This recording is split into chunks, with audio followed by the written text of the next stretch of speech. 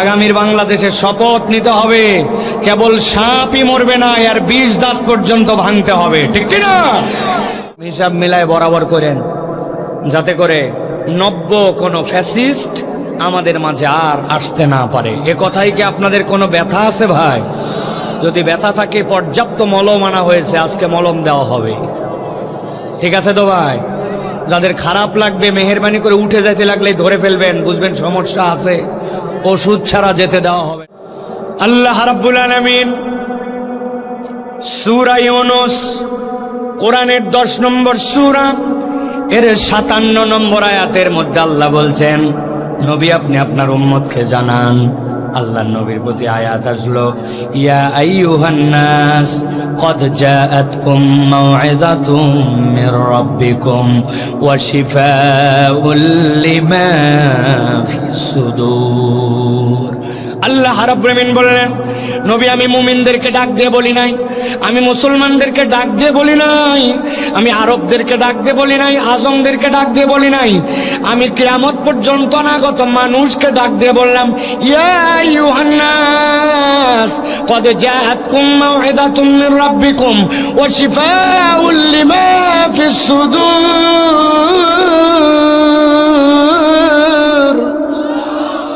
ও আমার হাবিব, আপনার কাছে আমি জানায় রাখলাম, কিয়ামত পর্যন্ত যত মানুষ আসবে, আমি আল্লাহ বললাম, কদ জাআতকুম, তোমাদের কাছে এসেছে, মাউইযাতুম মির রাব্বিকুম, আল্লাহর পক্ষ থেকে একটা মাউইযা। মাউইযা মানে উপদেশ, মাউইযা মানে আল্লাহর পক্ষ থেকে পরামর্শ, মাউইযা মানে আল্লাহর পক্ষ থেকে ওয়াজ। আমি আমার ভাষায় বোঝানোর জন্য বলি, সারা জীবন মাথার মধ্যে গেঁথে রাখবেন, মাউইযা মানে আল্লাহর পক্ষ থেকে কিয়ামত পর্যন্ত বান্দার জন্য প্রেসক্রিপশন। ভালো করে আমার দিকে তাকান। যদি আপনি কখনো কোনো ডাক্তার দেখাতে যান, যেই ডাক্তারটা প্রফেশনাল, যেই ডাক্তারটা পড়ালেখা করে MBBS ডিগ্রি অর্জন করেছে, কোনো একটা বিষয়ে বিশেষজ্ঞ, ওই ডাক্তার এমনি এমনি মুখে মুখে ঔষধ দেয় না, মুখে মুখে ঔষধ দেয় ডিসপেন্সারির লোক। কিন্তু ডাক্তার যদি ভিজিটের হয় আর ভালো ডাক্তার হয়, তাহলে ডাক্তার আপনাকে একটা প্রেসক্রিপশনের মধ্যে ঔষধ লিখে দেয়। কথা বলেন বুঝে থাকলে, ঠিক কিনা? কিন্তু আপনি খেয়াল করেন নাই, আপনি যখন একটা প্রেসক্রিপশন দেখে দিয়ে নিয়ে আসছেন, ওই প্রেসক্রিপশনে 3টা পার্ট থাকে, খেয়াল করেন। প্রেসক্রিপশনের বাম পাশে একটা দাগ দেওয়া থাকে বা একটা টান দেওয়া থাকে, উপর দিকে প্রেসক্রিপশনের একটা ভাঁজ দেওয়া থাকে। খেয়াল করে এখন মনে করে দেখেন, উপরে বাম পাশে ডাক্তারের নাম বাংলায়, ডান পাশে ইংরেজিতে দেওয়া আছে, আর এইখানে আপনার নামের জন্য একটা অপশান আছে, বয়স কত অপশান আছে, ছেলে না মেয়ে এখানে লেখা আছে, আর বাম পাশে এরকম চিকন করে একটা ফাঁক আছে। আপনি গেছেন ডাক্তারের কাছে, আপনার পেটের পীড়া নিয়ে কথার কথা বলতেছি, ভালো করে খেয়াল করেন। ডাক্তার জিজ্ঞাসা করছে কতদিন ধরে পেটের সমস্যা, লাস্ট 3 মাস। কি হয়, খাওয়ার আগে ব্যথা না পরে ব্যথা, পেটের এই জায়গায় চাপ দিলে লাগে, এখানে কি ব্যথা করে, এরকম করে টান দিলে কি অস্বস্তি হয়, রাত্রেবেলা কি গ্যাস হয়, সকালবেলা কি গলা জ্বলে, জিহ্বাটা বের করেন তো, জিহ্বাটা দেখে ডাক্তার, এইগুলা দেখে। আর বাম পাশ দিয়ে ছোট্ট ছোট্ট করে কি যেন লেখে, আপনি কোনোদিন জিজ্ঞাসাও করেন নাই কি লিখলেন আপনি ওই জায়গায়। সব লেখা হওয়ার পরে ডাক্তার এবার RX দিয়ে এখানে আপনার ঔষধ লিখতে শুরু করে। খেয়াল করলে দেখবেন ডাক্তার যে ঔষধ আপনাকে দিয়েছে, ওইখানে 4টা বিষয় আপনার জন্য লেখা আছে। 1 নম্বর ঔষধের নাম দেওয়া আছে, 2 নম্বর ঔষধের পাওয়ার কত লেখা আছে, 3 নম্বর দেওয়া আছে ওষুধটা খাওয়ার আগে খাবেন না পরে খাবেন, আর 4 নম্বর লেখা আছে ওষুধটা চলবে কতদিন, 7 দিনের ডোজ নাকি 1 মাসের ডোজ নাকি 14 দিনের ডোজ। বুঝে থাকলে বলেন যে প্রেসক্রিপশনটা বুঝালাম। যদি ডাক্তার দেখায় থাকেন, প্রেসক্রিপশনের মধ্যে এরকম করে লেখা থাকে কিনা? কিন্তু এই যে বাম পাশে কি লেখা ছিল, ছোট ছোট করে ডাক্তার লিখে রাখলো, কি লিখলো এই জায়গায়, এইটা কোনোদিন চিন্তা করলাম না। ডাক্তার যদি পড়ালেখা করা হয়, ডেডিকেটেড ডাক্তার হয়, তাহলে বাম পাশে ডাক্তার আপনার যে রোগ আইডেন্টিফাই করছে, আপনার যে রোগটা ওনার মেডিকেল সায়েন্সে ধরা পড়ছে, আপনাকে বলে নাই, কিন্তু বাম পাশে নোট দিয়ে লিখে রাখছে যে এই রোগটা আমি মনে করে এই ঔষধগুলা দিলাম। এটা যদি ডাক্তার রেজিস্টার্ড হয়, তার জন্য এই পদ্ধতিতে প্রেসক্রিপশন করে করে দেওয়ার দায়িত্ব। আমার আল্লাহ রাব্বুল আলামিন বলছেন, ইয়া আইয়ুহান নাস ক্বাদ জাআতকুম মাউইযাতুম মির রাব্বিকুম ওয়া শিফাউল লিমা ফিস সুদুরি ওয়া হুদাও ওয়া রাহমাতুল লিল মুমিনিন।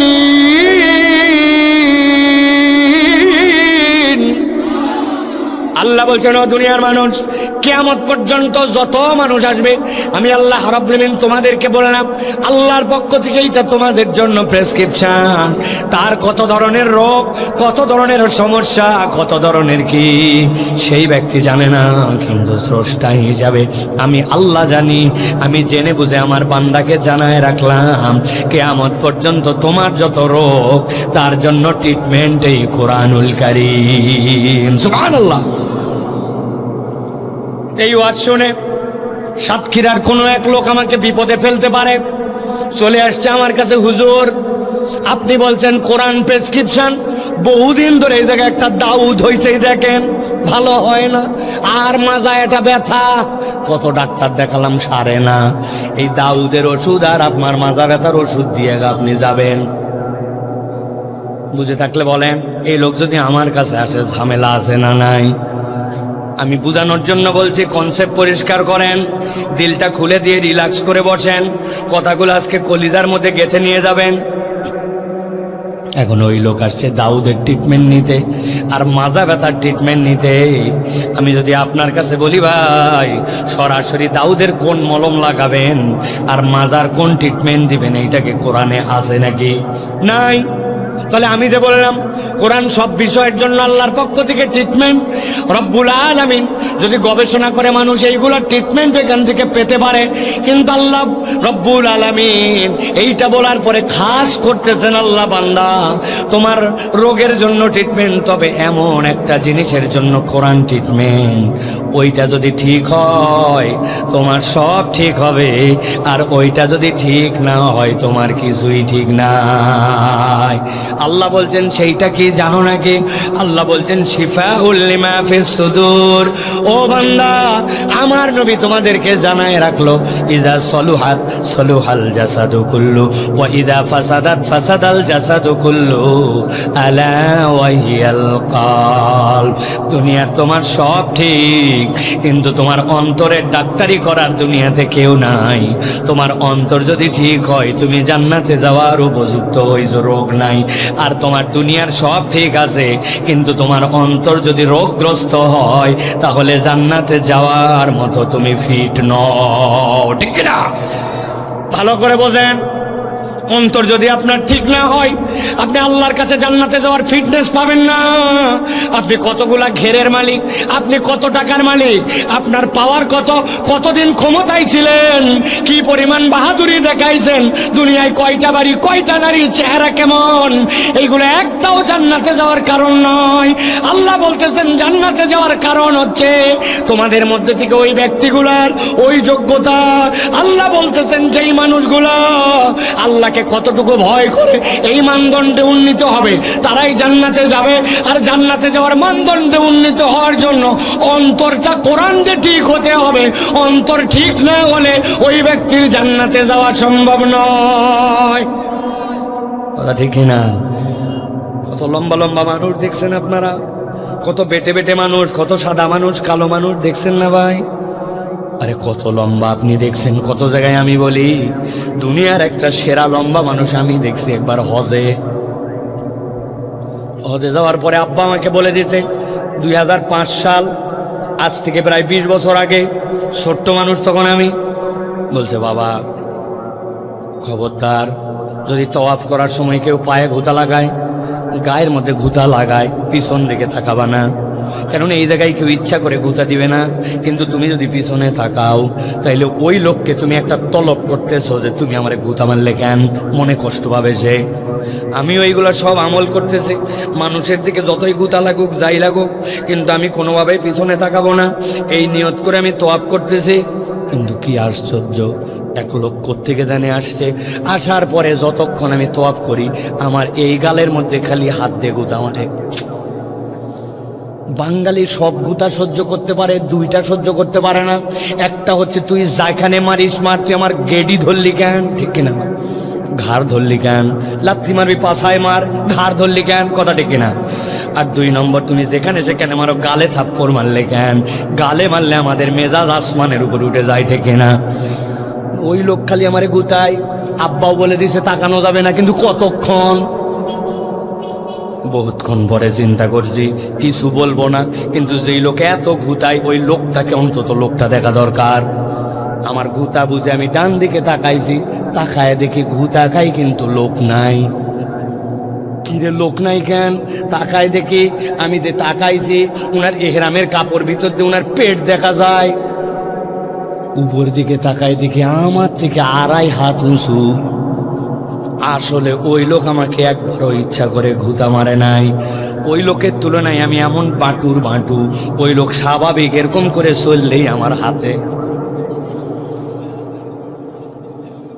আরেকবার খেলা হচ্ছে, টিভির মধ্যে দেখি কিরে হেলমেটের ভিতর দিয়ে মাঝে মাঝে একটু লাইট জ্বলে আবার বন্ধ হয়। চিন্তা করলাম হেলমেটের ভিতর আবার কেমনে লাইট জ্বলে। অনেকক্ষণ পর খেয়াল করে দেখি যেই প্লেয়ার হেলমেট পরে আছে ওই বেটা সুইংগাম চিবায়, আর মাঝে মাঝে যখন দাঁত বের হয় তখন আলো জ্বলে। ওয়েস্ট ইন্ডিজের প্লেয়ার দেখছেন এরকম কালো ভাই। আমি বোঝানোর জন্য বলছি, আপনি কত ধলা কত কালা, আপনি সমাজে কত দাম, কত আপনার প্রভাব প্রতিপত্তি, আপনার সন্তান কয়টা, জমি কয় বিঘা, বাংলাদেশের মুসলমান না আফ্রিকা, এইগুলা একটাও আল্লাহর কাছে জান্নাতে যাওয়ার কারণ বা বারণ নয়। আল্লাহ বলতেছেন আল্লাহর কাছে জান্নাতে যাওয়ার কারণ হচ্ছে কোরআন দিয়ে তোমার অন্তরটা জান্নাতে যাওয়ার উপযুক্ত হয়েছিল কিনা। কোরআনওয়ালা জান্নাতি, কোরআন যদি না থাকে জান্নাতে যাওয়ার সুযোগ নাই। ইন্না আক্রামাকুম ইনদাল্লাহি আতকাকুম। একটা উদাহরণ দিব, তরুণ যুবক যারা আছো, যাদের বয়স এখন পর্যন্ত 40 হয় নাই, হাত উঁচু করো তো ভাই। 40 যাদের হয় নাই হাত জোরে তোলো। হ্যাঁ, হাত নামাও। ভালো করে এটা মুখস্থ রাখো, দেখো তো মিলে কিনা। বুঝে থাকলে হ্যাঁ না বলা লাগবে, আর না বুঝে থাকলে চুপ করে থাকবে। কথা খেয়াল করো। একদিন পেপার পড়তেছে সাতক্ষীরার এক ছেলে। পেপার পড়তে পড়তে হঠাৎ করে দেখে পেপারের মধ্যে বিজ্ঞাপন আসছে, বাংলাদেশ সেনাবাহিনীতে লোক নিবে, তবে জেনারেল পিপুল না, সেকেন্ড লেফটেন্যান্টে লোক নিবে। আপনি যদি সৈনিক পদে ঢোকেন, যত প্রমোশন হোক আপনার, ওয়ারেন্ট অফিসারের উপরে আপনি জীবনে উঠতে পারবেন না। লাস্ট প্রমোশন আপনার ওয়ারেন্ট অফিসার। কিন্তু আপনি যদি সেকেন্ড লেফটেন্যান্টে কমিশন র্যাঙ্কে ঢোকেন, যদি কপাল ভালো থাকে কোনোদিন বাংলাদেশ সেনাবাহিনীর প্রধানও হয়ে যেতে পারে, ব্রিগেডিয়ার হতে পারে, কর্নেল হতে পারে। প্রাথমিক নির্বাচনের জন্য যোগ্যতা 4টা। কয়টা? হয়তো মুরব্বীদের উত্তর শুনতে চাই নাই। কয়টা? ওই যে 40-এর নিচে যারা, কয়টা? 1 নম্বর, ওই ছেলের এসএসসি এবং এইচএসসি উভয়টাতে সেকেন্ড ডিভিশন কমসে কম থাকা লাগবে। 2 নম্বরে ওই ছেলে 5 ফিট 6 ইঞ্চি লম্বা হওয়া লাগবে। 3 নম্বরে কোনো থানাতে কোনো রকম মামলা মোকদ্দমা, ফৌজদারি মামলা থাকা চলবে না। 4 নম্বরে শারীরিকভাবে ফিট হতে হবে। আপনার ঘলঘলিয়ার এক ছেলে পেপারে দেখে লাভ দিয়ে উঠছে, আলহামদুলিল্লাহ। বলে কি রে সেকেন্ড ডিভিশন উভয়টাই, আমার 2টাতে গোল্ডেন এ প্লাস। বলছে 5 ফিট 6 ইঞ্চি, মরদ 6 ফিট লম্বা। থানা মামলা আমার বাপদাদার 14 গোষ্ঠীর নামে কোনো মামলা নাই। 6 ফিট লম্বা, কিরকম ফিটনেস তাহলে, দেখতে শুনতে সুন্দর। ওই ছেলে প্রাথমিকভাবে আবেদন জমা দিয়ে দিয়েছে। আবেদন জমা দেওয়ার পরে ঢাকা ক্যান্টনমেন্ট থেকে উনার নামে চলে আসছে চিঠি যে এই ছেলে অমুক তারিখে তুমি ক্যান্টনমেন্টে যোগাযোগ করো। ওই ছেলে কাগজপত্র সব রেডি করে এলাকার থেকে দোয়া নিয়ে সুন্দর করে রেডি হয়ে ঢাকা চলে গেছে। অফিসে ঢোকার পরে বলছে আগে তোমার দেখো, এসএসসি এইচএসসি পুরে সেকেন্ড ডিভিশন চাইছিলাম, ওইটাতে ফার্স্ট ডিভিশন। ওকে, বলছে এবার থানার ক্লিয়ারেন্স দেখা, ওই টেবিলে যাও। টেবিলে যায় থানার ক্লিয়ারেন্স, ওকে, থানাতে কোনো ঝামেলা নাই, দারুণ ব্যাপার। 3 নম্বরে বলছে ওই যে দেখো বাঁশের মধ্যে ওই যে সুতা বান্ধা আছে, 5 ফিট 6 ইঞ্চি হাইট করে, ওই জায়গায় যায় মাপ লাগা।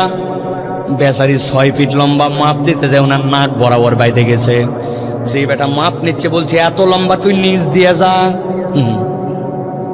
4 নম্বরে খালিগা হও, তোমার শারীরিক ফিটনেস পরীক্ষা হবে। ওই ছেলে এখন শারীরিক ফিটনেস পরীক্ষার জন্য দাঁড়াইছে, বলছে হাত দুটা সামনের দিকে সোজা করো।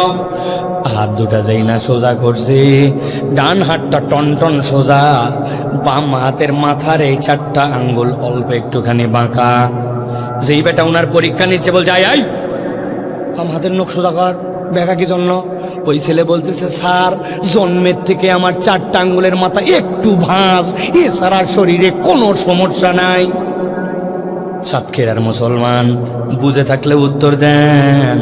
6 ফিট লম্বা, থানা ক্লিয়ারেন্স আছে, উভয়টাতেই গোল্ডেন এ প্লাস, বুকটা 40 ইঞ্চি, শরীরটা বিশাল বড়, কিন্তু বাম হাতের 4টা আঙ্গুলের মাথা কেবল একটুখানি ভাঁজ।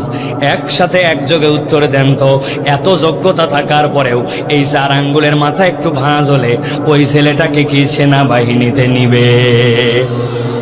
বুঝে বলেন, নিবে? আমার আল্লাহ রাব্বুল আলামিন বলছেন, গভীর মনোযোগ, এমনি এমনি উদাহরণ দেই নাই। আল্লাহ বলছেন ইয়া আইয়ুহান নাস ক্বাদ জাআতকুম মাওয়াইযাতুম মির রাব্বিকুম ওয়া শিফাউল লিমা ফিস সুদুরি ওয়া হুদাও ওয়া রাহমাতুল লিল মুমিনিন।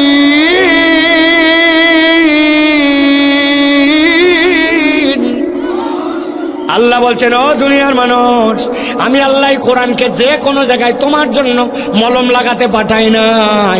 বান্দা, তোমার অন্তর যদি দিনের দিকে মাইল না হয়, অন্তর যদি কোরআনওয়ালা না হয়, অন্তর যদি ইসলামের পক্ষে না হয়, ইসলামের আইনের পক্ষে না হয়, আল্লাহর দ্বীনের পক্ষে না হয়, তুমি যেই রকমই হও না কেন, হয়তো রাত্রেবেলা ঘোষণা দিবে 70 রাকাত তাহাজ্জুদ পড়ি, ফজরের নামাজের পরে যাই নামাজ নিয়ে দৌড়াদৌড়ি করি, কিন্তু ইসলামের পক্ষের লোকদেরকে ফাঁসি দিতে আবার তার হাত কাঁপবে না। রাগ হচ্ছেন আপনারা? ভালো করে বোঝেন। আল্লাহ এই জন্য বলছেন, তোমার অন্তরটা পরিবর্তন হতে হবে কোরআন দিয়ে, ওই ইসলাম দিয়ে, ওই ইসলামের নূর দিয়ে তোমার অন্তরটাকে জান্নাতে যাওয়ার সার্টিফিকেট নিতে হবে। তাহলে 1 নম্বর প্রেসক্রিপশন, 2 নম্বর অন্তরের ডাক্তারি, 3 নম্বর আল্লাহ বলছেন হুদা। এই কোরআনটা হচ্ছে তোমার জন্য পথ প্রদর্শন, তোমার জন্য গাইডেন্স, তোমার জন্য আলো। ও যুবক যারা বাইক চালাও, ভালো করে খেয়াল করো। রাত্রেবেলা সাতক্ষীরা মহাসড়কের মধ্যে উঠছো, কিছু দূর যাওয়ার পরে দেখছে 3 কোণা একটা সাইনবোর্ড, লেখা আছে সামনে স্পিড ব্রেকার, আসতে চলেন। দেখছেন এরকম সাইনবোর্ড? দেখেছেন কখনো এরকম করে তীর চিহ্ন দেওয়া আছে, 10টা লাগানো আছে, রাস্তা বাম থেকে ডানের দিকে গেছে।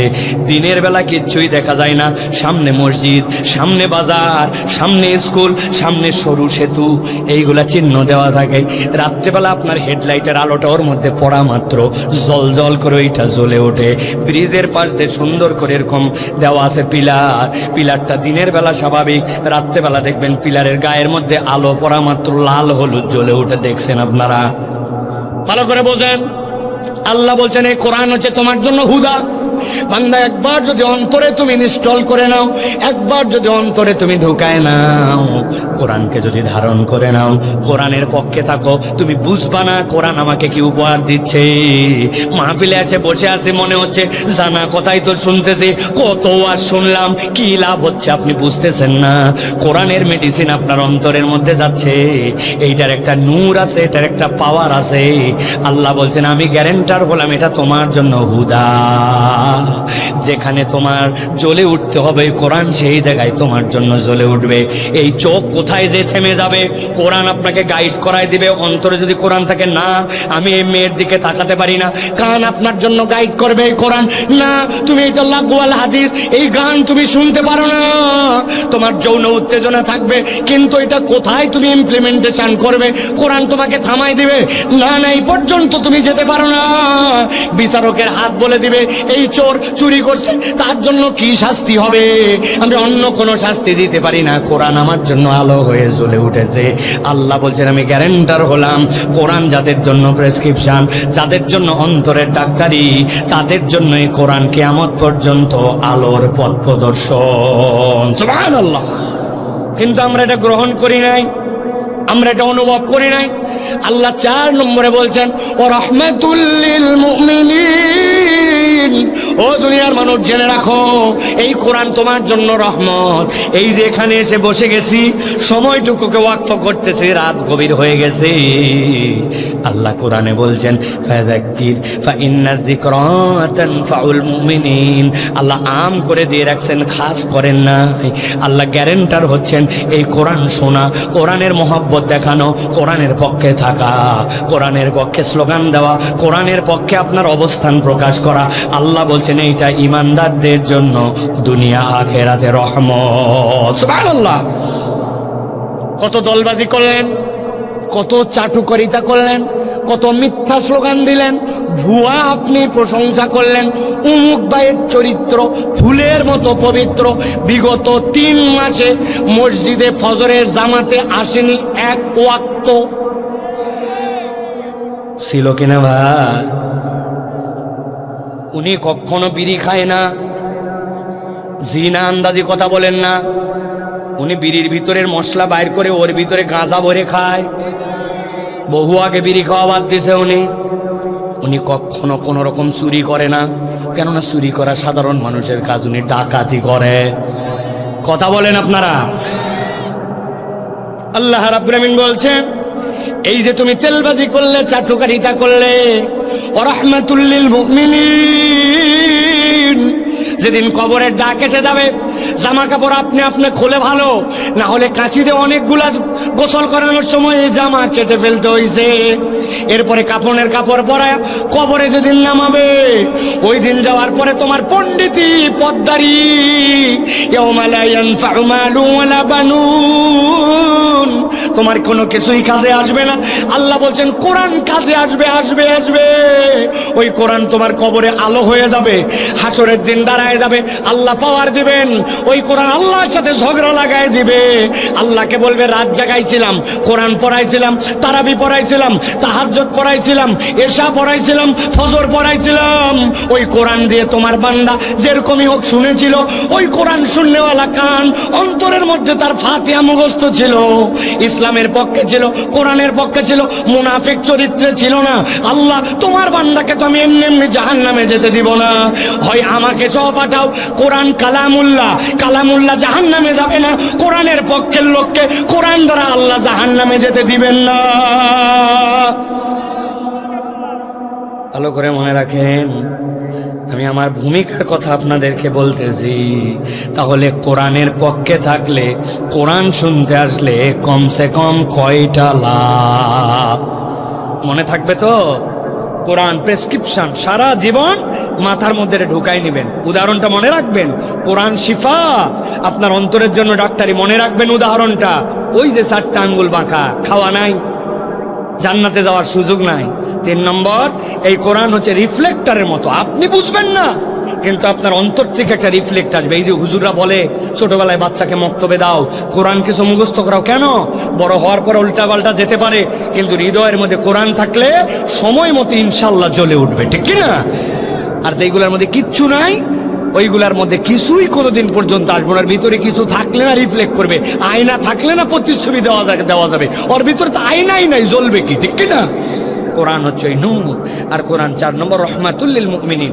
আপনার জীবনে যে ধরনের রহমত লাগবে, আল্লাহ বলছেন তুমি কোরআনের পক্ষে থাকো, কোরআন তেলাওয়াত করো, কোরআন বুঝো, কোরআন মানো, আল্লাহ তোমার যা লাগবে সব দিবেন। সুবহানাল্লাহ। অতএব এবার বলেন, বুঝে থাকলে যে কোরআন শুনলে লাভ আছে না নাই? আছে তো ভাই, আছে। তাহলে আমরা কোরআনের পক্ষে থাকবো তো ইনশাআল্লাহ। প্রিয় ভাইয়েরা, আপনারা যারা কথা শুনতেছেন, প্রায় আধা ঘন্টার বেশি কথা হয়েছে, আপনারা মনে করতেছেন যে আলহামদুলিল্লাহ কথাবার্তার মূল কথা মনে শুরু হয়েছে। না ভাই, এখনো মূল কথা আমি শুরু করতে পারি নাই।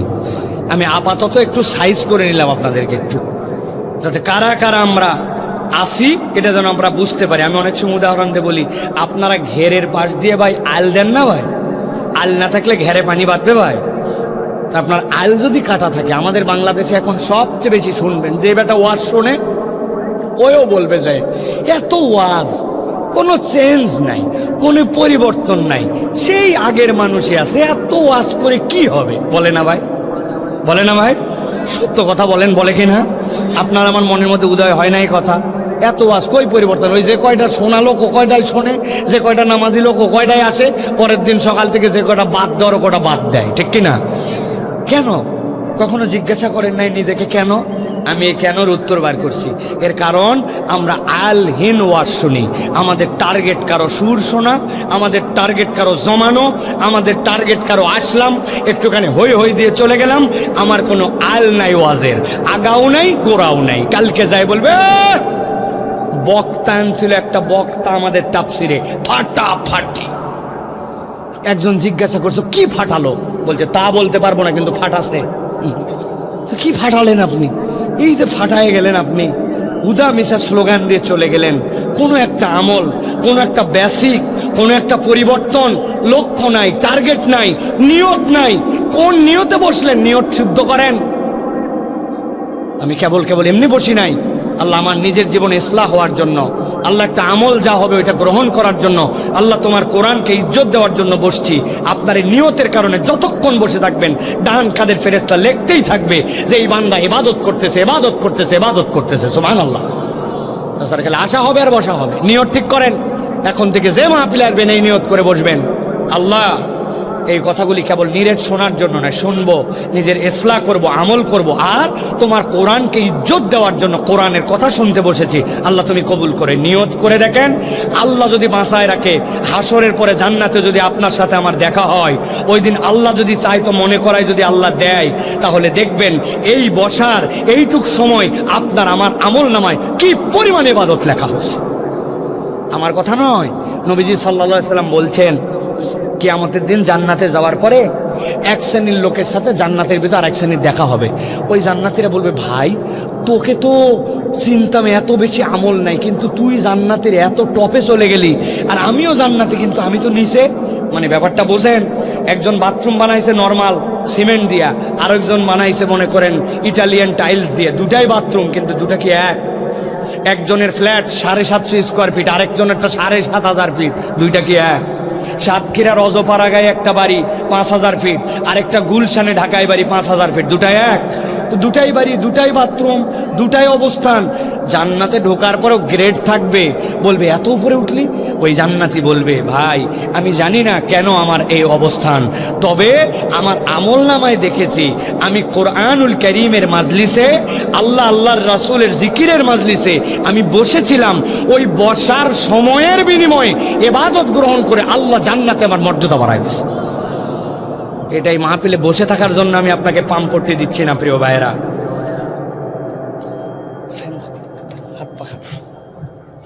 প্রিয় ভাইয়েরা, তাহলে আমরা কোরআনুল কারীম থেকে আজকে কিছু কথা শুনে যেতে চাই। রাজি আছেন তো আপনারা? আছেন ইনশাআল্লাহ? প্রিয় ভাইয়েরা, তবে আমার মাহফিলের মূল শ্রোতা কিন্তু মুরব্বীরা না। আমি সব জায়গায় বলে থাকি আমার মাহফিলের মূল শ্রোতা হচ্ছে ইয়াং যারা, তরুণ যারা। আজকে আপনারা যে পরিমাণ আসছেন, মেয়েরা এর থেকে দ্বিগুণ আসছে। তা মেয়েদের জন্য কিছু কথা বলতে হবে ইনশাআল্লাহ। তা আপনারা আসেন ইনশাআল্লাহ? কারা কারা আছেন একটু দেখি, 2 হাত উঁচু করেন। সবাই হাত উঁচু করবেন না, আগে হাত নামান, হাত নামান। যাদের হাতে কোনো ভেজাল নাই, ঝামেলা নাই, গিরিজ মোবাইলের কোনো টেনশন নাই, হাত আল্লাহর দেওয়া, মোবাইল আল্লাহর দেওয়া, গিরিজগুলো আল্লাহর দেওয়া, এরকম হিম্মত যাদের আছে তারা হাত দুটা টান টান করে সোজা করেন। হ্যাঁ, শক্ত করেন, শক্ত। আরেকবার কষ্ট দিব, হাত নামান। এবার হাত খালি তুলবো না, এবার ডানে বামে একটু তাকায়েও দেখবো আল্লাহর কোন বান্দাগুলা হাত তুলতে পারে নাই। আমরা একটু দেখে নিব জাস্ট, খালি একদম আস্তে দিবেন, একদম স্লো। রেডি সবাই? তরুণরা, যুবকরা, ডানে বামে, দাঁড়ানো বসা, সবাই রেডি তো ভাই? আপনাদের হাত তোলা মানে এরকম জানি না হয়, এরকম এরকম এরকম এরকম। একটু দূর থেকে, আরো দূর থেকে, আরো দূর থেকে দেন, আরো দূর থেকে, আস্তে করে আসুক। বাস, রেডি সবাই আপনারা? আরো দূরে দেন।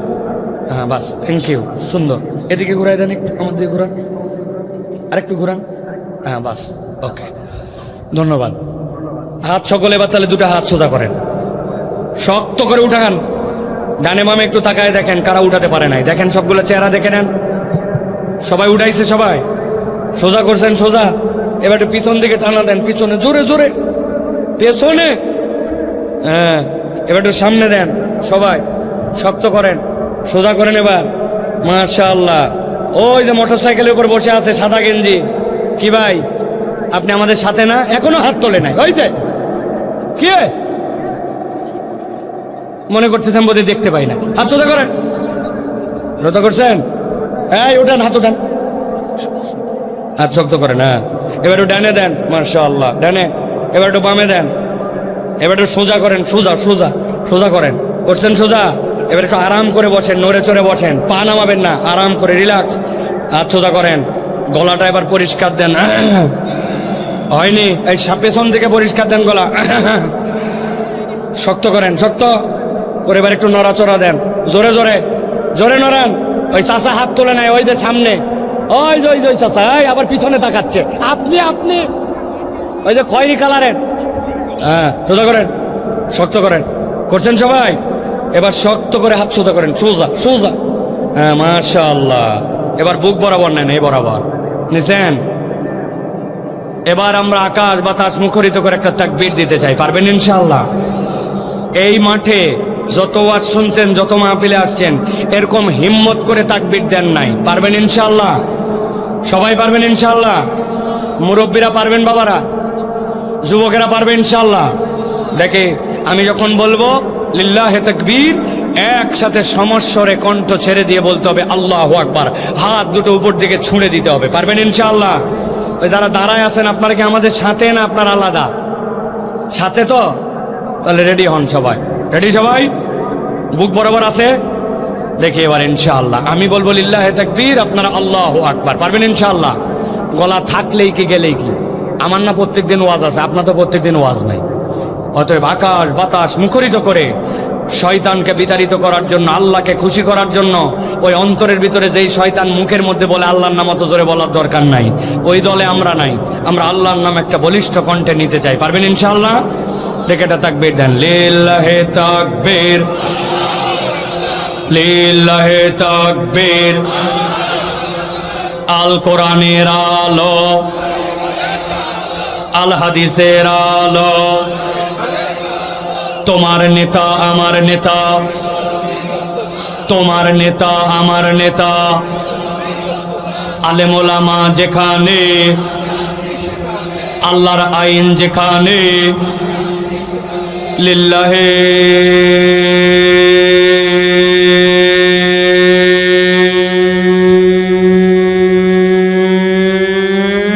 তাকবীর।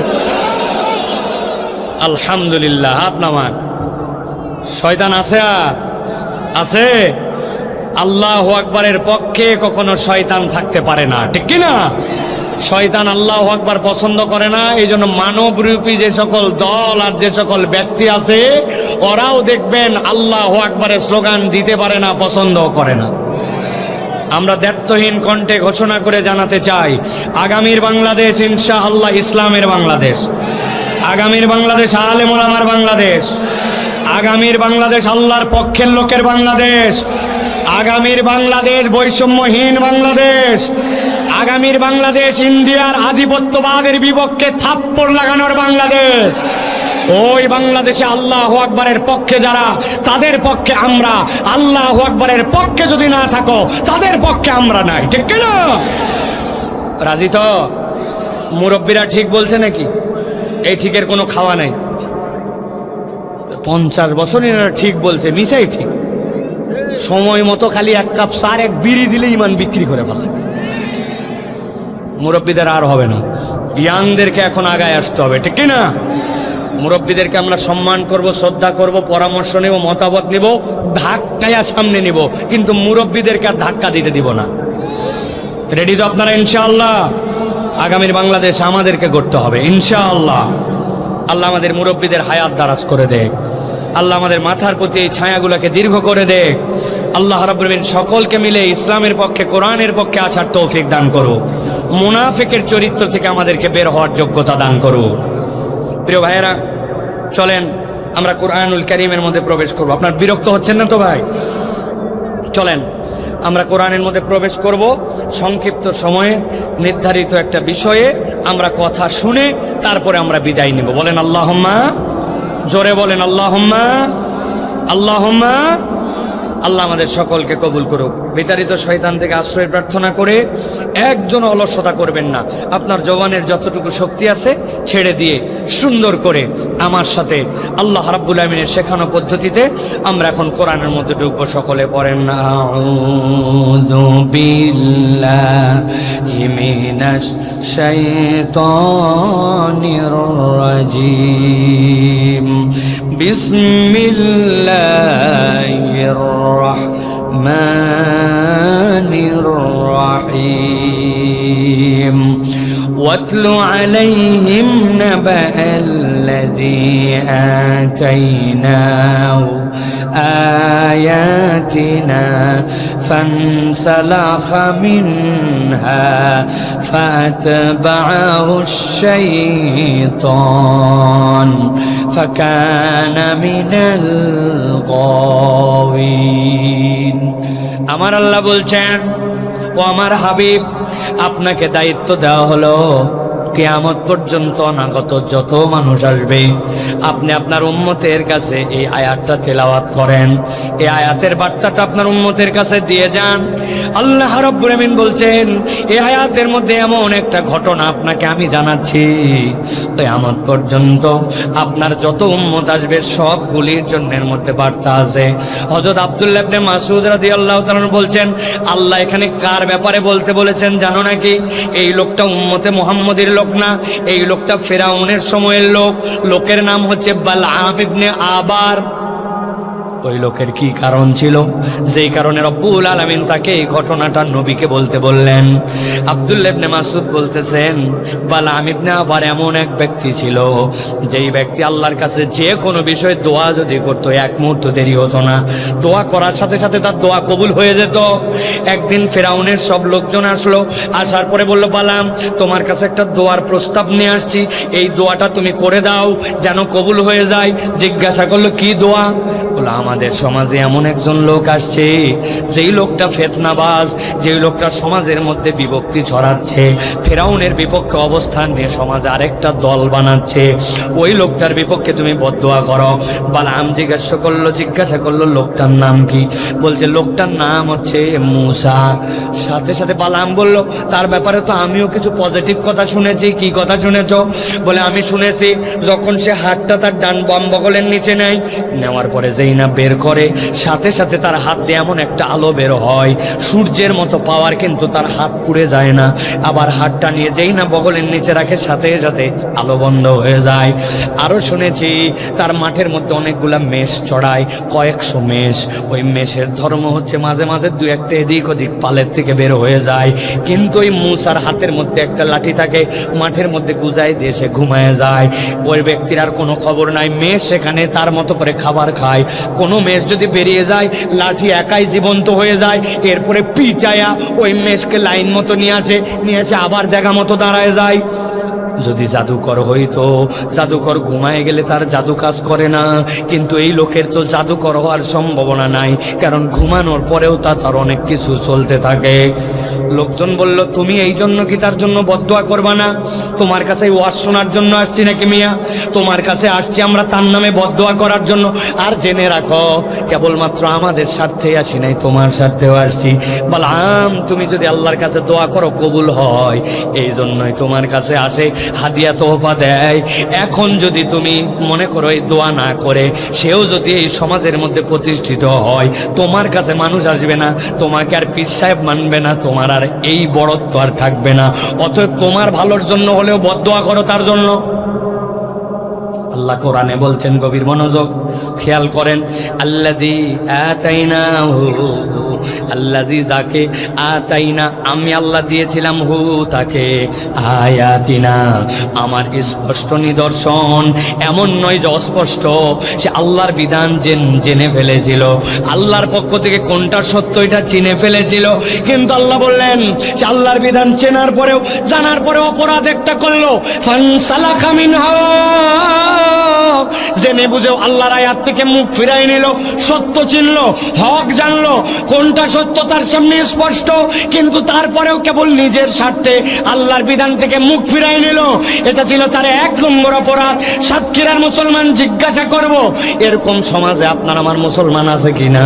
সত্য জানার পরেও, হক জানার পরেও, আল্লাহর ফরজ বিধান জানার পরেও সে নিজের খেয়াল খুশিতে জানার পরেও সত্য মানে না, সত্য অস্বীকার করে অন্যদিকে চলে, এরকম মুসলমান নামধারী আছে কিনা? বুঝে বলবেন আছে কিনা? দেখেন তো, আমি একটা মানুষকে চিনায় দেই, আপনারা চিনতে পারেন কিনা? ঈদের মধ্যে 27 তারিখ ঢাকার থেকে সাতক্ষীরা আসবে, বাসের মধ্যে জায়গা নাই, কোন রকম একটা বাসের ভিতরে ঢুকছে, সিট নাই, দাঁড়ানোর মতো জায়গা নাই, রড ধরে ধরে ঝুলতেছে আর দাঁড়ায় আছে। ঈদের আগে বাসের মধ্যে এরকম ভিড় হয় কিনা ভাই? কিন্তু বাড়িতে আসাই লাগবে। ওর উঠছে, উঠার পরে হ্যান্ডেল ধরে দাঁড়ায় আছে, ডানে ঘুরতে পারে না, বামে ঘুরতে পারে না, পা ফাটে যাচ্ছে, অবস্থা খারাপ, কিন্তু তারপরেও আসা লাগবে। বাসে যে উঠতে পারছে এই তো বেশি। হঠাৎ করে বাস যখন গাবতলী পার করে সাভারে আসছে, মসজিদের মিনারা থেকে আযান শুনছে, হাইয়া আলাস সালাহ, হাইয়া আলাল ফালাহ। ওই লোকের ভিতরে সাথে সাথে মনে হয়েছে আসরের রক্ত তো হয়ে গেছে, নামাজ তো পড়া লাগবে, কিন্তু বাস তো দাঁড়ায় না। চিন্তা করছে দাঁড়ায় নামাজ পড়বো, চিন্তা করছে অজু তো নাই, এখন অজু নাই তো তায়াম্মুম করবে, তায়াম্মুমের পরিবেশ নাই। প্রথমে তো কেবলার দিকে অন্তত মুখ ফিরে নামাজ শুরু করা লাগবে, সেই পরিবেশও নাই, ধরেই থাকা যায় না। ভিতরে তার কষ্ট জ্বলে যাচ্ছে, পুড়ে যাচ্ছে। আহারে, কিসের ঈদ করতে যাচ্ছি আমি, রমজান মাসে আসরের নামাজ আমার কাজা হয়ে যাচ্ছে, মন ভর্তি ব্যথা, কিন্তু তার উপায় নাই। এরকম করতে করতে সূর্যটা ওই দিন ডুবে গেছে, আসরের নামাজটা তার হয় নাই। বুঝে থাকলে একসাথে উত্তর দেন। এই লোকটা যে নামাজটা পড়তে পারলো না, পরিস্থিতির কারণে তার নামাজ মিস হয়ে গেল, এই লোকটা যে নামাজটা বাদ দিল, এইটা কি সে ইচ্ছায় বাদ দিছে না অনিচ্ছায়? অনিচ্ছায় তার বাদ চলে গেছে নামাজ, ইচ্ছা ছিল উপায় পায় নাই, ঠিক কিনা? কিন্তু আপনার এলাকায় এরকম ভিআইপি লোক আছে কিনা? আসরে আজান হয়ে গেছে, উনি তখন ঘেরের মধ্যে মালকাচ্চা দিয়ে কাজ করে, ক্যারাম বোর্ড খেলে, চায়ের দোকানে আড্ডা মারে, ইচ্ছা মতো ঘোরাফেরা করে, মোবাইল ঠেলে আর ফেলে, মসজিদের পাশ দিয়ে সাইকেল মেরে চলে যায়, মসজিদের পাশ দিয়ে মোবাইল দিয়ে চলে যায়, মসজিদের পাশেই দোকান, ওই দোকানে বসে আড্ডা মারে, কোনো অজুহাত নাই। কিন্তু নামাজ তার প্রতি ফরজ জানার পরেও আল্লাহর ঘরে সাড়া দেয় না, নামাজ পড়ে না। এরকম মুসলমান আপনার এলাকায় আছে না নাই? এবার বুঝে থাকলে বলতে হবে, এই লোকটা যে নামাজ বাদ দিল, এইটা কি অনিচ্ছায় না ইচ্ছায়? একটা মুখ বন্ধ থাকলে খবর আছে, এটা কি অনিচ্ছায় না ইচ্ছায়? ভালো করে গভীর মনোযোগ খেয়াল করেন। আল্লাহ বলছেন, নাবা আল্লাযী আতাইনাহু আয়াতিনা, আমি যাকে আয়াত দিয়েছিলাম, ফানসালাখা মিনহা, সে জানতো কোনটা সত্য, জানতো কি করা লাগবে, কিন্তু পণ্ডিতি করে নিজের বুদ্ধি খাটায়া ফানসালাখা মিনহা, সে সেখান থেকে মুখ ফিরায় নিছে। আল্লাহ বলছেন এটা দোষ নম্বর 1। যেই না কেউ আল্লাহর বিধান মেনে না মেনে জেনে বুঝে মুখ ফিরায় নেবে, আল্লাহ বলছেন সাথে সাথে সে একটা 2 নম্বর দোষের মধ্যে নিমজ্জিত হবে। আল্লাহ কোরআনে বলছেন, নবী জানান, ফাআতবাহুশ শাইতানু ফাকানা মিনাল গাওয়িন, যেই ব্যক্তি আল্লাহর বিধান জেনে বুঝে মুখ ফিরায় নেবে, হককে গুরুত্ব দিবে না, আল্লাহর বিধান হক জানার পরেও তার পক্ষ অবলম্বন করবে না, দুনিয়ার স্বার্থে ব্যক্তি স্বার্থে নানান অজুহাত দিয়ে মুখ ফিরায় নেবে, আল্লাহ বলছেন ফাআতবাহু, সাথে সাথে তাকে অনুসরণ করবে। আর শয়তানু, শয়তান, ফাকানা মিনাল গাওয়িন, আল্লাহ বলছেন শয়তান যখন তার পিছে লেগে যাবে, আমি আল্লাহ নিশ্চিত করে বলে দিলাম সে নিশ্চিত পথভ্রষ্ট হয়ে যাবে। কথা বোঝা বাকি আছে এই জায়গায়। এই জন্য আপনারা ঠিকটা বুঝে বলতে পারেন নাই। মাঝে মাঝে আমরা আমাদের বাচ্চাদেরকে বকা দেই, আপনাদের সাতক্ষীরায় দেয় কিনা খেয়াল করেন তো। এই বাচ্চাই, খবরদার শয়তানি করবি না, এই বাদরামি করতেছিস কেন, এই ফাউল কাজ শয়তানি কাজ করিস কেন, এরকম মাঝে মাঝে বলেন কিনা? এটার মানে কি? এইটার মানে ওই বাচ্চাকে, ওই ছেলেকে যেই কাজ করতে নিষেধ করতেছেন, আপনি জানেন ওইটা শয়তানি কাজ, ওইটা করলে শয়তানকে অনুসরণ করা হবে, শয়তানের কথা শোনা হবে, ঠিক না? কিন্তু আল্লাহ এই জায়গায় ভিন্ন কথা বলেছেন ভাই, দিলের কান দিয়ে কথাগুলা বোঝেন। আল্লাহ বলছেন আল্লাহর বিধান থেকে মুখ ফিরাই নিছো, তুমি এখন শয়তানের অনুসরণ করো না। ফাআতবাউ শাইতান, শয়তান এখন তোমার অনুসরণে। আর একবার যার পিছে শয়তান লাগবে ফাকানা মিনাল গাওয়িন, আল্লাহ বলছেন পথভ্রষ্ট না হলে তার আর কোনো উপায় নাই। তাহলে এখানে অপরাধ কয়টা? যুবকরা বলো কয়টা? জোরে বলেন কয়টা? আল্লাহ বলছেন নবী আপনি সামনে বাড়ান, চলেন সামনে দিকে একটু আগাই। আল্লাহ বলছেন ওয়ালাউ শিনা লারাফানাহু বিহা, ও আমার হাবিব আপনি বলে দেন যদি ওই ব্যক্তি আল্লাহকে মেনে নিত, দ্বীনের বিধান মেনে নিত, কোরআন মেনে নিত, ইসলামের পক্ষে থাকতো, গাফলতি না করত, নিজে নিজে পণ্ডিতি না করত, আল্লাহর বিধানের উপরে মাথা না কাটাতো, ওয়ালাউ শিনা, যদি আমি আল্লাহ চাইতাম, লারাফানাহু বিহা, ওই মানার দ্বারা তার মর্যাদা আরো দ্বিগুণ বাড়াই দিতাম, তার ইজ্জত আসমানে উঠাই দিতাম। আল্লাহু আকবার। কিন্তু আল্লাহ বলছেন আগে তো দুইটা অপরাধ করছেই, ও আমার হাবিব এইটুকুতে থেমে থাকে নাই, সে আরো দুইটা অপরাধে নিজেকে জড়িত করেছে। এবার একসাথে বলেন, আগে ছিল দুইটা অপরাধ, পরে আরো দুইটা অপরাধ, তাহলে টোটাল অপরাধ কয়টা? সবাই বলে নাই কয়টা?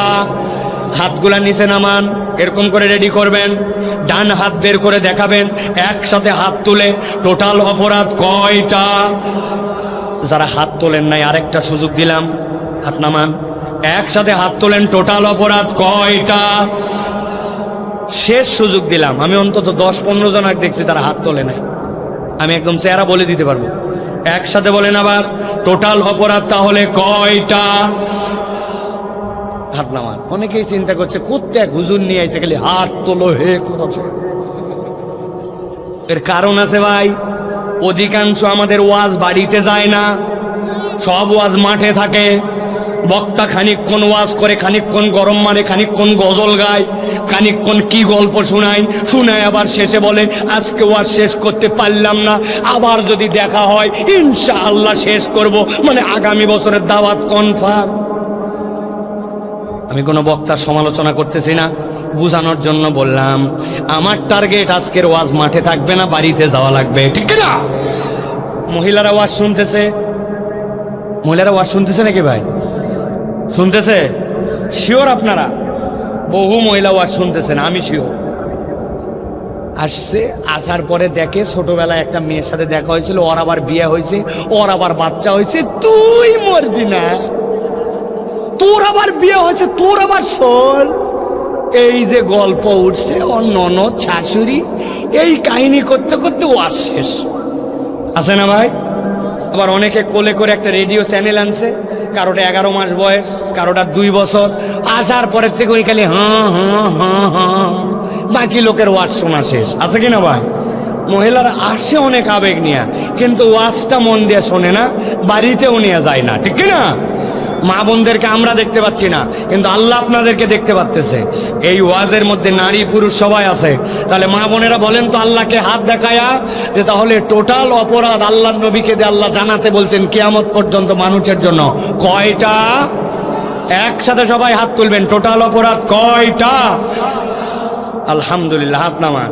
তাহলে আগে ছিল একটা জেনে বুঝে আল্লাহর বিধান অস্বীকার করা, মনে আছে তো? 2 নম্বর শয়তান তার পিছনে লেগে যাওয়া। এবার চলেন সামনে বাড়াই।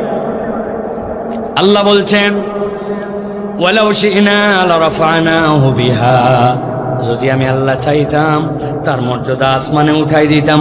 ওয়ালাকিন্নাহু আখলাদা ইলাল আরদ, ওই ব্যক্তি 3 নম্বর অপরাধ, ওই ব্যক্তিটা নিরেট দুনিয়াদার হয়ে গেছে। আরবিতে খুলদুন মানে এমন চতুষ্পদ জন্তু যারা ঘাস খায়, খড় খায়, পানি খায়, সব সময় তারা মাটির দিকে মাথা নিচু করে থাকে, মাঝে মাঝে কাল্লা উঁচু করলেও ওর জমিনমুখী সব সময়। ওই প্রাণীগুলা সব সময় মাটির দিকে মুখ নামায় রাখে। এরকম প্রাণী চিনেন ভাই? গরু চেনেন না? ছাগল চেনেন না? আল্লাহ বলছেন আরবিতে এদেরকে খুলদুন। কিন্তু আল্লাহ বলছেন এই দুনিয়ায় কত মানুষ আছে হালাল হারামের বিবেচনা করে নাই। আল্লাহ রাব্বুল আলামিনের হুদুদকে মানে নাই। ওই ব্যক্তিরা আখলাদা ইলাল আট, ওর কেবল দুনিয়া চায় আর দুনিয়া যায়, দুনিয়ার স্বার্থে সে যা ইচ্ছা তাই করছে। সত্যকে মিথ্যা বানাইছে, মিথ্যাকে সত্য বানাইছে, ভুয়া সাক্ষী দিতেও সমস্যা বোধ করে নাই। পড়ালেখা করে বিচার বোঝার পরেও 2 নম্বর বিচার করতে তার হাত কাঁপে নাই। আল্লাহ বলছেন ওয়ালাকিন্নাহু আখলাদা ইলাল আট। আপনার আমার এলাকাও এরকম লোক আছে, চেনেন আপনারা ভাই? চেনেন? দুনিয়ার স্বার্থে যা ইচ্ছা তাই করতে পারে। আল্লাহ আল্লাহ রসুল ধুত্তুরি এইগুলাকে গোনেই না, আছে কি না? আমি 2-1 জনকে চিনি। ঈদের সময় 2-1 জনের সাথে আপনাদেরও দেখা হয়েছিল, দেখেন তো চিনেন কিনা। কাপড় কেনার জন্য এক দোকানে গেছিলেন, যাওয়ার পরে কাপড় পছন্দ হয়েছে, দোকানদার হঠাৎ করে বলতেছে দাম কত। শোনার পরে বলছে আপনার মতো চেনা লোক বলে কেনা দামে দিলেন, বাপ দাদার জন্মে আপনাকে দেখেনি, আপনাকে বানাইছে চেনা লোক। 1000 টাকা আপনার কাল্লা কেটে ফেলছে, বলছে কেনা দামে দিলেন। আছে কিনা ভাই?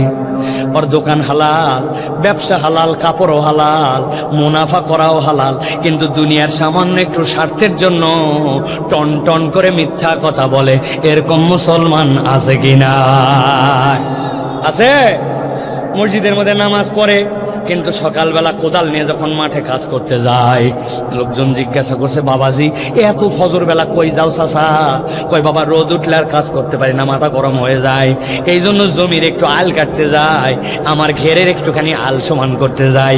আসলে টার্গেট ভিন্ন, ওর সাথে যার ঘের লাগানো, ওর সাথে যার ভুঁই লাগানো, ওই পারের লোক এখন আল কাটে পারে নাই, উনি কোদাল দিয়ে আল কাটার নাম করে 4 আঙ্গুল একটু জমি ঠেলতে যায়, সাতক্ষীরায় না। ভালো করে বোঝেন, 1 বিঘা জমি আপনার হালাল, এই 4 আঙ্গুল আপনি মাত্র ঠেলছেন। ওই 4 আঙ্গুলে ধান যদি লাগান, সর্বোচ্চ আপনার 5 কেজি ধান হয়েছে, আর এদিকে আপনার 20 মণ ধান হয়ে গেছে।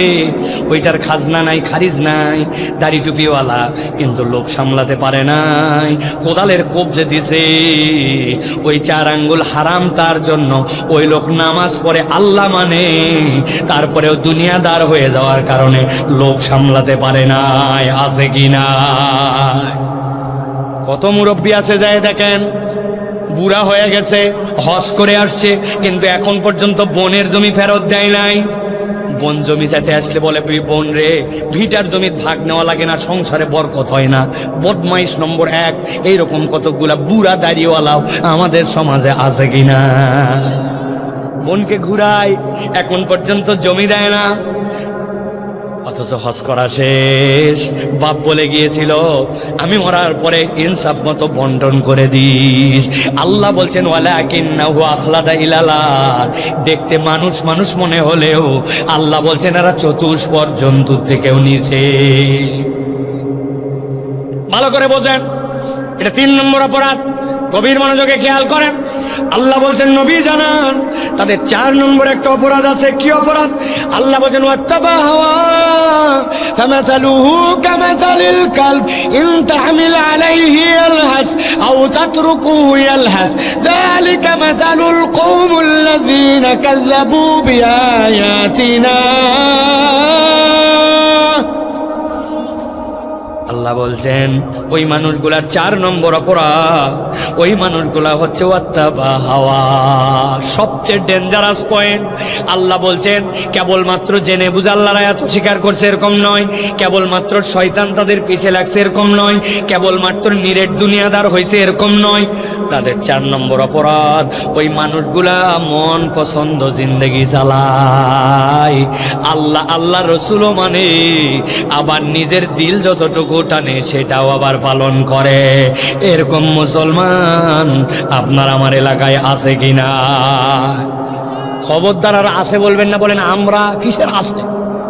আছে আবার কি জিনিস? ও চাচা, আপনার মুখে এখনো দাড়ি নাই কেন? আপনার বয়স তো 70+। বলছে বাবা দাড়ি রাখলে চুলকায়, আর তোমার শাশি আম্মা দাড়ি রাখা পছন্দ করে না। ওরে মরদ, আছে কিনা এরকম? আমার আল্লাহ রাব্বুল আমিন দাড়ি রাখতে বলছেন, নবী বলছে ওই বেটা দাড়ি রাখে না, অথচ মুসলমান পরিচয় দেয়, মানে আল্লাহ মানে, আবার নিজের দিলও মানে, উনার বউ ইলা, আবার আল্লাহ ইলা। আছে কিনা? ও তরুণ ও যুবক, তোমার মুখে দাড়ি নাই কেন? বলে হুজুর সামনে বিয়ের কথাবার্তা চলতেছে, যেই মেয়ের সাথে কথা ওই মেয়ে আগেই বলছে দাড়িওয়ালা ছেলে পছন্দ করে না। আমি আপনার কাছে দ্ব্যর্থহীন কণ্ঠে বলে দিতে চাই, কোনো মেয়ে যদি দাড়ি পছন্দ না করে ওই মেয়েকে বিবাহ করা জায়েজ নাই। আমার আল্লাহ বলছেন ওয়া ইন্নাকা লা আলা খুলুকিন আযীম, ও আমার হাবিব, আপনাকে আমি পৃথিবীর জন্য role model, smart man of the world till to the কিয়ামত, কিয়ামত পর্যন্ত আপনাকে আমি শ্রেষ্ঠ স্মার্ট বানালাম। আর আপনি বলতেছেন দাড়ি রাখলে আনস্মার্ট লাগে। এইটা না বুঝে বললে সমস্যা নাই, বুঝে বললে আপনার ঈমান চলে যেতে পারে, ঠিক না?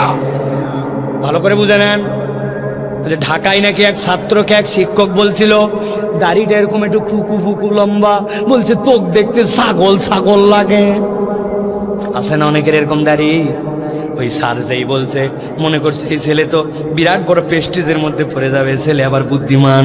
বলছে sir you are absolutely right, আপনি যা বলছেন কথা ঠিক। তোক করলাম আমি অপমান, আর তুই বলতেছিস কথা ঠিক, ব্যাপারটা কি? বলছে স্যার আমার যা আছে আপনি তো তাই বলছেন, তবে আমারও একটা মনের কথা আছে, আপনি সাহস দিলে বলবো। বলছে বল, কি বলবো? বলে আমার দাঁড়িয়ে এরকম ছাগলের মতো জন্য আপনি বলছেন আমাকে দেখলে ছাগল ছাগল লাগে। আপনার কথার সাথে আমি শতভাগ একমত, তবে আপনার চেহারার দিকে আমি যতবার তাকাই ততবার আমার কুত্তা কুত্তা লাগে। কুত্তার মুখে দাঁড়িয়ে আছে ভাই। আপনি কেমনে তাহলে ওয়াত্তাবা হাওয়া, আপনি আল্লাহকেও মানেন, আবার আপনি আপনার মন পছন্দ জীবনও চালান? এরকম মুসলমান আছে কিনা? 1 মাস মহিলা রোজা করছে, বাপ রে বাপ হেজাব করছে, পর্দা পুশিদার সাথে চলছে, কিন্তু ঈদের দিন যখন হয়েছে উনি 3 পিস 2 পিস 1 পিস পরে রাস্তাতে মেকআপ মেরে ঘুরে বেড়াইছে। উনার কোনো পর্দাও নাই, পুশিদাও নাই। রোজা মানলেন কার হুকুমে, আর বেপর্দা ঘুরলেন কার হুকুমে? সাতক্ষীরা অঞ্চলে এরকম মেয়ে মানুষ আছে না? না আছে? এরকম মহিলা আছে? মাহফিলে আসছে ওয়াজ শোনার জন্য, মানুষকে হাত মোজা পরে পা মোজা পরে মুখ ঢাকায়া, সাথে একটা 18 বছর ধরে নিয়ে আসছে, উনি খালি পরে আসছে 3 পিস পরে। জিজ্ঞাসা করছে আরে বেটি তোমার বয়স 60 বছর হয়েছে, তোমার পর্দার বিধান হালকা, আর যেই বেটির পর্দা করা লাগবে তার অবস্থা কেন? বলতেছে বেশি বকাবকি করো না, আমিও বিয়ার পরে পর্দা ধরছি, বেটিও বিয়ার পরে পর্দা ধরবে নি। আছে কিনা এরকম? আছে কিনা?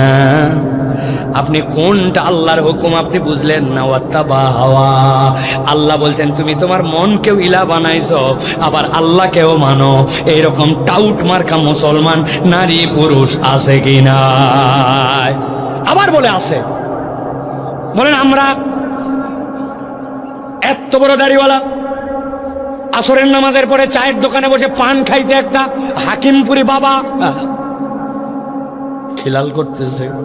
এমন সময় এক লোক যায় বলছে ভাই 1000 টাকা হাওলাত দেন, বাচ্চাকে ডাক্তার দেখানো লাগবে। বলছে ঝামেলা পাকাস না, হাতে টাকা নাই। বলছে আমি যে কত বড় বিপদে আপনি জানেন না, বাচ্চার ট্রিটমেন্টের জন্য 1000 টাকা দেন হাওলাত। বলছে বললাম হাতে টাকা নাই। ওই ছেলে বলছে চাচা আমি না বুঝে আপনার কাছে আসি নাই বাবারে, জেনে বুঝে আপনার কাছে আসছি। আজকে বুধবার 1000 টাকা দেন, আল্লাহ মাসালা আগামী রবিবার 1250 টাকা নগদ ক্যাশ রিটার্ন। মুরব্বী বলতেছে বেকুব কোথাকার, মানুষের হাতের টাকা থাকে নাকি? বাড়ির চল। বাড়িতে নিয়ে চলে গেছে। বাড়িতে যাওয়ার পরে 1000 টাকা বাইর করে দে বলছে, লাগলে বল আরো। তো চাচিও কিন্তু এই ব্যবসা করে, বসে থেকে কি করবে মহিলা মানুষ, 2টা টাকা খাটায়। তবে যা করবি তাড়াতাড়ি কর। ছোট দিনের বেলা মাগরিবের আজান হয়ে গেছে, আমি জামাতে নামাজ ধরবো। আসরের নামাজ পড়ে আসি, দাদনে টাকা লাগায়, সুদে টাকা খাটায়া, আবার মাগরিবের নামাজ জামাতে ধরতে চায়। এরকম কতগুলা দাড়ি টুপিওয়ালা জুনা বুড়া মুনাফিক মুসলমান আছে কিনা? কথা বলতে হবে, আছে কিনা? আমার আল্লাহ রাব্বুল আমিন বলছেন ওয়াত্তাবা হাওয়া, ওই মানুষ কারা? ওই নামাজের ইসলাম কার্ডটা মানলো, আর ওই সুদ খাওয়ার ইসলাম কার্ডটা মানলো। ও তার মন পছন্দ জিন্দগি চালায়, ঠিক কিনা? 1000 ওয়াজ করেন নামাজের ওয়াজ, কোনো সমস্যা নাই। রোজার ওয়ার সমস্যা নাই, কিন্তু যদি বলেন দেশের টাকা বিদেশে যারা পাচার করলো, বাংলাদেশ ব্যাংকে হাওয়া করে দিল, রাস্তাঘাট খাইয়ে ফেললো, এই চোরগুলার বিচার কোরআনের আইন দে হোক, হাত কাটার বিচার কোরআনের আইন দে হোক, মহিলাদেরকে অপমান করলে তার বিচারটা কোরআনের আইন দে হোক, সাথে সাথে বলবে এতক্ষণ ওয়াজ লাইন মতো ছিল, এখন তো দেখি বক্তার দলীয় আছে কিনা দল খুঁজে। তখন আল্লাহর কথা বললেই আপনি বুঝেন, ভালো করে বোঝেন, আপনার অন্তর এখনো ঠিক হয় নাই, ওয়াত্তাবা হাওয়া, আপনি এখনো মন পছন্দ জিন্দেগি চালাচ্ছেন, আর মনে করতেছেন আমার দাঁড়িয়ে, আমার টুপি, আমার নামাজ আমাকে সালসালায়া জান্নাতে নিয়ে যাবে। জান্নাতে যাওয়া এত সোজা নয়। আল্লাহ বলছেন উদখুলু ফিস সিলমি কাফা, আংশিক নয়। আল্লাহর বিধান কতকটা মানবার কতকটা মানবা না, এই ভণ্ডামি টুপি দাড়ি দিয়া পার হবে না, ঠিক না? দরবেশের দাড়ি কি কালো ছিল না সাদা? ও বাবা, চেনেই না দেখিলা কালো চাষার পরে 57,000 কোটি টাকা এক লোক দেশ থেকে পার করে দিছে। কথা বলতে ভয় পা আব্দুল্লাহ সাইফুল্লাহ আজকে 5 আগস্টের পরে এই কথা বলতে জানা, বিগত 12 বছর একইভাবে জুমার মঞ্চে বসে বসে এই কথা বলছে আল্লাহর জন্য। ভালো করে খেয়াল করেন, 4টা অপরাধ, গভীর মনোযোগ, কথা শেষ আমার, ঠান্ডা মাথায় ফিনিশিং। আল্লাহ রাব্বুল আলামিনের বিধান জেনে বুঝে অস্বীকার, 2 নম্বর শয়তান অনুগামী মিলান, 3 নম্বরে নিরেট দুনিয়াদার, দুনিয়ার জন্য যা ইচ্ছা তাই করতে পারে, হালাল হারাম মানে না, আল্লাহর হুকুমের তোয়াক্কা করে না। 4 নম্বরে ওয়াত্তাবা হাওয়া, মন পছন্দ জীবন চালায়, নামাজ রোজাও করে, মিথ্যা কথাও বলে, নামাজ রোজাও করে, বেপর্দাও করে, নামাজ রোজাও করে, আবার আল্লাহর আইনের বিরোধিতাও করে। আল্লাহ বলছেন ওয়াত্তাবা হাওয়া, আল্লাহ বলছেন এই 4 অপরাধ যার মধ্যে আছে, নবী আপনি জানায় দেন আল্লাহর কাছে তার জন্য একটা উদাহরণ আছে। আল্লাহ বলছেন ফামাযালুহু কামাযালিল কালব ইন তাহমিল আলাইহি ইয়ালহাস আও তাতরুকুহু ইয়ালহাস যালিকা মাসালুল কওমিল্লাযীনা কাযযাবু বিআয়াতিনা। আল্লাহ বলছেন এই 4 অপরাধ যা আল্লাহর কাছে তার উদাহরণটা হচ্ছে কুকুরের মতো। কার মতো? ভালো করে বলেন, কার মতো? হয় নাই, একসাথে বলেন আমার মতো, কুত্তার মতো। এদগাম করে বলতে হবে, কুত্তার মতো। লাস্ট একটা সুযোগ দিব, যারা বলে নাই ছেলে মেয়ে সকলে বলেন তার উদাহরণ আল্লাহর কাছে কুকুরের মতো। কার মতো? কালকে এখানকার লোক যায় বলবে কি বক্তা আনছিল, কুত্তাও বলাইছে 5 বার। ভাইরে এমনি এমনি বলাই নাই, কারণ আছে। আপনি যা ভাবতেছেন তা নয়, আপনি ভাবতেছেন এই 4 অপরাধে অপরাধী, অতএব আল্লাহর কাছে কুত্তার মতো। কারণ কুত্তা একটা খারাপ প্রাণী, নাপাক প্রাণী, ঘেউ ঘেউ করে, কুত্তা নোংরার মধ্যে থাকে, ময়লা খায়, এই জন্য বোধহয় আল্লাহ কুত্তার উদাহরণ দিয়েছেন। জি না, এই বোর্ডটা মাথার মধ্যে ঢোকানোর জন্যই কুত্তাটা 4 বার বলাইছি। দুনিয়াতে এমন কুকুর আছে মানুষের থেকেও বিশ্বস্ত, মানুষের থেকেও বেশি প্রভুভক্ত, কৃতজ্ঞ। জাপানে এক কুকুর তার মালিক হারায় যাওয়ার পরে 5 বছর স্টেশনে ওই গেটের সামনে বসেছিল, ওখানেই 5 বছর ওইটা আমি আসতো। তার কেউ বুঝাতে পারে নাই তার মালিক আর দুনিয়ায় নাই, কিন্তু সে মালিকের প্রতি এমন ফেদ ছিল, 5 বছর আসতো। জাপান রাষ্ট্র স্বীকৃতি দিয়েছে ওই কুত্তা মারা যাওয়ার পরে, প্রভুর প্রতি এমন বিশ্বস্ত দুনিয়ার কোনো কুকুর দেখা যায় নাই। তাহলে অনেক কুকুর আছে মানুষের থেকে বিশ্বস্ত, ঠিক কিনা? আপনি ঠিক বললেও ঠিক, না বললেও ঠিক, কারণ আমার কাছে উদাহরণ আছে। আমি একদিন এক চায়ের দোকানে চা খেতে বসছি, চা খেতে বসার পরে আমি বহু জায়গায় এটা বলি, আমার চায়ের সাথে কিছু ডুবায় খাওয়া লাগে, এটা বদ অভ্যাস। একটা বিস্কুট, একটা টোস্ট, একটা কিছু জুবাই খেলে আমার ভালো লাগে। আপনারাও খান নাকি ভাই? বুঝে বলেন, খান আপনারা? ঠিক আছে, আমার দলের লোক। এখন চায়ের মধ্যে কি ডুবাই খাবো, উপরে তাকাইছি, তাকায় দেখে একটা এনার্জি বিস্কুট ঝুলতেছে, 5 টাকা দাম। কয় পিস থাকে ভাই? জি না, 3 পিস। এখন একটা কমায় দিছে, আমি আপনি জানেনই না, দাম সমান কিন্তু মাল নাই। এত বড় বড় চিপসের প্যাকেট খালি ঝনঝন ঝনঝন করে, কিরে মাছের মধ্যে না অক্সিজেন দেওয়া লাগে, তুই চিপসের মধ্যে এত অক্সিজেন দিলি কেন? আসলে ভিতরের মাল কমায় দিছে কিন্তু সাইজ কমায় নাই, প্যাকেট বড়, ঠিক না? এখন আমি ওই বিস্কুট নামাই চায়ের মধ্যে দিয়ে ডুবাইছি। যেই না ডুবাইছি কোত্থেকে একটা লোক যেন হাজির আসে, বলতেছে আপনি সাইফুল্লাহ ভাই, 5 বছর আপনার ওয়াজ শুনি, হায় হায় জীবনে বাস্তবে দেখবো। এই দেখেন আমার গায়ের কাঁটা দিয়ে ফেলছে, আমার তো বিশ্বাস হচ্ছে না আপনাকে দেখছি। ওরে বাবা, উত্তেজিত এক লোক। আমি বললাম মুরব্বী, আমি সেই সাইফুল্লাহ ভাই আপনার পছন্দের মানুষ, কিন্তু এত কথা বললেন এখনো যে সালাম দিলেন না। বলছে ওহ ভুলে গেছি, আসসালামু আলাইকুম। উত্তেজনা অনেক সময় মানুষের এরকম হয় কিনা ভাই? এই যে ওই লোককে বলছে আপনি বসেন, বাকি ছবি তোলা পরে কথা হবে, আপাতত চা খান। এই কথা বলতে আমার 8-10 সেকেন্ড গেছে, আমার মনে নাই আমি চায়ের মধ্যে বিস্কুট ডুবাই রাখছিলাম। এবার বিস্কুটটা তুলে যেই না মুখের কাছে নিতে যাব, দেখি বিস্কুট অ্যাক্সিডেন্ট করছে। বিস্কুট অ্যাক্সিডেন্ট করে নিচে যেই না পড়ে গেছে, সাথে সাথে কোথার থেকে একটা কুকুর ছিল দূরের থেকে ভোঁ করে আছে মাথা নিচু করে। আমি পা সরাতে দেরি, ওই দিকে মাথা নিচু করে 3 চাটা দিয়া ক্লিয়ার। ওই দিনের মতো সোয়া 2 বিস্কুট দিয়ে আমি আমার খাওয়া শেষ করে নামাজে চলে গেছি। পরের দিন আবার ওই জায়গায় এসে বসছি। বসার পরে যাই না চা খাবো, চা খাওয়ার আগেই দোকানে অর্ডার করা মাত্র দেখি কোত্তাটা কুত্তা আসছে, মাথা নিচু করে লেজ ডাউন দিয়া এরকম করতে করতে আমি দোকানদারকে বললাম ভাই কুকুরটা সরান, নামাজ পড়তে যাবো, গায়ের সাথে লাগলে নাপাক লেগে থাকলে মুসিবত। বলছে হুজুর আপনার গায়ে ওই লাগাবে না, কিন্তু ওই কুকুর তো আপনার অপরিচিত না। আমি বললাম কোত্থেকে আমার আবার পরিচিত কুত্তা আসলো? বলছে গতকালকে যে কুকুরকে আপনি একটা বিস্কুট খাওয়াইছিলেন, এটা ওই কুকুর। তাকায় দেখেন লেজ নামানো, কান নামানো, মাথা নিচু করে আপনার কাছে কৃতজ্ঞতা জানাতে আসছে। আমি সাতক্ষীরার মুসলমানের কাছে প্রশ্ন রাখতে চাই, যেই কুকুর মাথা নামায় আজকে কৃতজ্ঞতা জানায়, লেজ নামায় আমার কাছে বিনয় প্রকাশ করে, ওই কুকুরকে কি গতকালকে আমি বিস্কুট খাওয়াইছিলাম নাকি বিস্কুট পড়ে গেছিল? বিস্কুট খাওয়াইছিলাম না বিস্কুট অ্যাক্সিডেন্ট করছিল? ভালো করে মাথার মধ্যে নিয়ে ফেলেন, একটা পড়ে যাওয়া বিস্কুট চেটেকে কুকুর পরের দিন কৃতজ্ঞতা জানায়।